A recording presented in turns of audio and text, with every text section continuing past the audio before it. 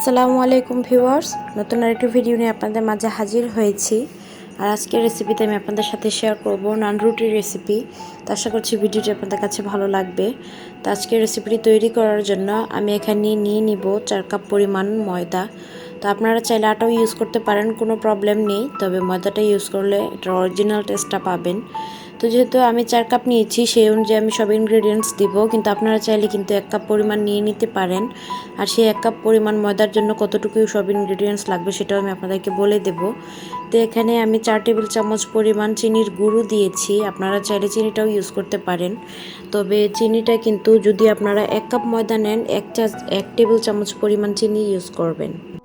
তো চিনিটা দিয়ে দেওয়ার পর এবার আমি এখানে লবণ অ্যাড করে দিব। তো লবণটা আমি আমার স্বাদ মতো দিচ্ছি, আপনারা যে স্বাদ মতো লবণটা অ্যাড করে দিবেন।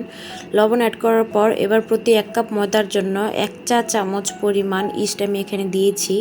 1 টেবিল চামচ কিন্তু নয়, চা চামচ, সেটা খেয়াল রাখবেন, কেননা যদি এখানে 1 টেবিল চামচ ইস্ট দেন সেটা ইস্টের পরিমাণ বেশি হয়ে যাবে আর খেতে ভালো লাগবে না। তো এবার আমি এখানে তেলটাও দিয়ে দিচ্ছি। তো তেল আমি এখানে দিয়েছি 1/4 কাপ পরিমাণ তেল। আপনারা চাইলে কিন্তু এখানে তেলের পরিবর্তে ঘিও ইউজ করতে পারেন। 1/4 কাপ হচ্ছে 1 কাপের 4 ভাগের 1 ভাগ, তো অতটুকু তেলই যথেষ্ট। আর যদি আপনারা 1 কাপ ময়দা ইউজ করেন তখন সেই ক্ষেত্রে আপনারা কিন্তু ময়দাটার সাথে 2 টেবিল চামচ পরিমাণ তেল দিয়ে দিবেন। আর এবার এটাকে আমি তেলের সাথে ময়দাটাকে ভালো করে একটু মাখিয়ে নিচ্ছি। তো এবার এখানে আমি মিডিয়াম গরম পানি, মানে যে পানিটা ঈষৎ উষ্ণ, আপনার হাতে যেটা সহ্য হয় গরমটা সেরকম গরম পানি ইউজ করবেন। একদমই কিন্তু এখানে ঠান্ডা পানি দিয়ে গুলতে যাবেন না, কিংবা কোনো বেশি গরম পানি দিয়ে নয়, যেটা আপনার হাতের তাপমাত্রাটা সহ্য হবে সেই পরিমাণ গরম পানি দিয়ে কিন্তু একটা স্টিকি ডো আমরা তৈরি করব। তো এই ডোটা কিন্তু যখন আমরা তৈরি করব তখন এটা স্টিকি হবে, তবে সেই নিয়ে চিন্তা করার কিছু নেই। আর এটা যেহেতু ইনস্ট্যান্ট ইস্ট আমি ইউজ করেছি সেজন্য এটা আলাদা করে গুলে তারপর এটাকে অ্যাক্টিভ করার কোনো প্রয়োজন নেই। তো এবার এখানে আমি 1 চা চামচ তেল দিয়ে তারপর এটাকে আবার ভালো করে মাখিয়ে নিচ্ছি। তো একটা ময়ান তৈরি করে নেব আমরা, খুব ভালো করে এটাকে ময়ান করে নেব। সফট একটা ডো তৈরি হয়ে যাবে দেখবেন যখন আপনারা তেলটা ইউজ করবেন। তো এবার আবার 1 চা চামচ পরিমাণ তেল দিয়ে আমি এটাকে একটু হালকা উপর দিক দিয়ে একটু, যেন উপরটা ড্রাই না হয়ে যায় সেজন্য উপর একটু মাখিয়ে নিচ্ছি। তো এবার এই ডোটাকে ভালো করে মাখানো হয়ে গেলে এবার এটাকে আমি রেস্টে রেখে দিব 40 মিনিটের মতো।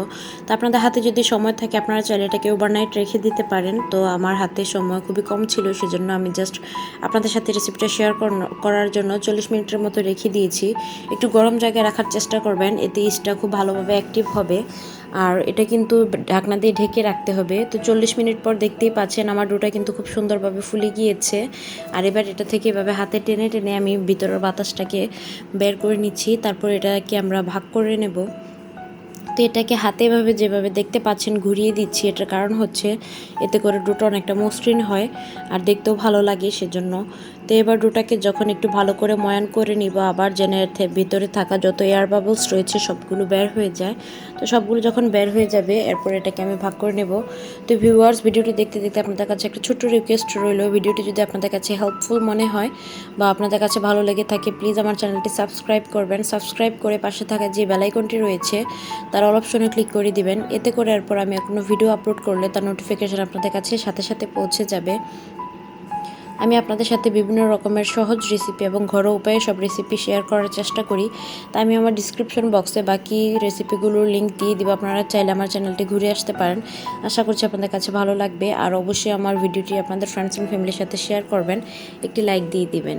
তো এখানে দেখতে পেয়েছেন আমি ডোটাকে আমি যে 4 কাপ পরিমাণ ময়দা নিয়েছি তার থেকে আমি বড় বড় 6টা বল তৈরি করেছি। আপনারা চাইলে আরও ছোটো ছোটো করে বলটা তৈরি করতে পারেন। তো একটা পারফেক্ট রুটি আমি এবার এখানে বেলে নিব। তো একটা রুটি আপনারা চাইলে রুটির ঘনত্বটা, আসলে রুটির পুরুত্বটা কিন্তু যতটুকু রাখবেন সেটা আপনারা ভিডিও দেখে বুঝতে হবে, সেটা আমি আপনাদেরকে বলে বোঝাতে পারবো না। তবে আমি একটু পাতলাই করেছি, এতে করে আমি যেহেতু একটু বড় সাইজের নিয়েছি বলটাকে সেজন্য। তবে আপনারা চাইলে রুটিটাকে আরও বড় ছোট করে নিতে পারেন। তো এবার রুটিটাকে আমি তাওয়ায় ভালো করে সেঁকে নেব ফ্রাই প্যানে। তো আপনারা চাইলে তাওয়ায় সেঁকে নিতে পারেন, কোনো প্রবলেম নেই। তবে এখানে কিন্তু কোনো প্রকার অয়েল ইউজ করতে হবে না, এটা জাস্ট এমনিতেই পারফেক্ট হবে। তো যখন এক পাশ দেখতে পারবেন হয়ে এসছে তখন কিন্তু উপরের যে পার্টটা থাকবে সেটা হালকা একটু ফুলে ফুলে আসবে, দেখবেন তখন বুঝতে পারবেন যে এক পাশ হয়ে গিয়েছে। তো এটা কিন্তু অনেকটা সফট থাকবে ডোটা, এতে করে টেনশন করার কিছু নেই, কেননা রুটিটা তৈরি করলে পরে খেতে দেখবেন ভীষণ ভালো ভালো লাগে। আর অবশ্যই কিন্তু এতে চিনি ইউজ করবেন, না হয় কিন্তু নান রুটির যে অরিজিনাল টেস্টটা সেটা আপনারা পাবেন না। তো এ পর্যায়ে চাইলে আপনারা কিন্তু একটু বাটার ইউজ করতে পারেন, তবে নান রুটির ক্ষেত্রে বাটার ইউজ করার কোনো প্রয়োজন পড়ে না, সেজন্য আমি এখানে কোনো বাটার বা অয়েল কোনো কিছু ইউজ করিনি। তো দেখতেই পাচ্ছেন আমার রুটিটা কতটা পারফেক্ট হয়েছে। তো এই রেসিপিটা ফলো করে যদি আপনারা ট্রাই করেন নান রুটি, আশা করছি যে আপনারা নিরাশ হবেন না আর আপনাদের কাছে ভীষণ ভালো লাগবে দেখবেন। তো এখানে দেখতেই পাচ্ছেন আমি রুটিটা একটু আপনাদেরকে দেখিয়ে দিচ্ছি কতটা সফট হয়েছে রুটিটা, জাস্ট একবার দেখুন। আর এটা কিন্তু খেতেও ভীষণ ভালো হয়। এটা আপনারা চাইলে চাপ বলুন বা যে কোনো মাংসের যে কোনো রেসিপির সাথে বা যে কোনো খাবারের সাথে কিন্তু এটা আপনারা সার্ভ করতে পারেন। তো আশা করছি আজকের রেসিপিটা আপনাদের ভালো লেগেছে। প্লিজ আমাকে সাপোর্ট করবেন, সাবস্ক্রাইব করে চ্যানেলটি বেল আইকন বাজিয়ে দিবেন আর অবশ্যই একটি লাইক দিয়ে আপনাদের মূল্যবান একটি কমেন্টস জানিয়ে দিবেন। তো রেসিপিটি কেমন লেগেছে সেটিও কমেন্টসের মাধ্যমে জানাবেন। আর আমি আপনাদের সাথে এরকমই সহজ সহজ রেসিপি শেয়ার করি। তো চলে আসবো নতুন আবার কোনো রেসিপি নিয়ে। ততক্ষণ সকলে ভালো থাকবেন। আল্লাহ হাফেজ, আসসালামু আলাইকুম।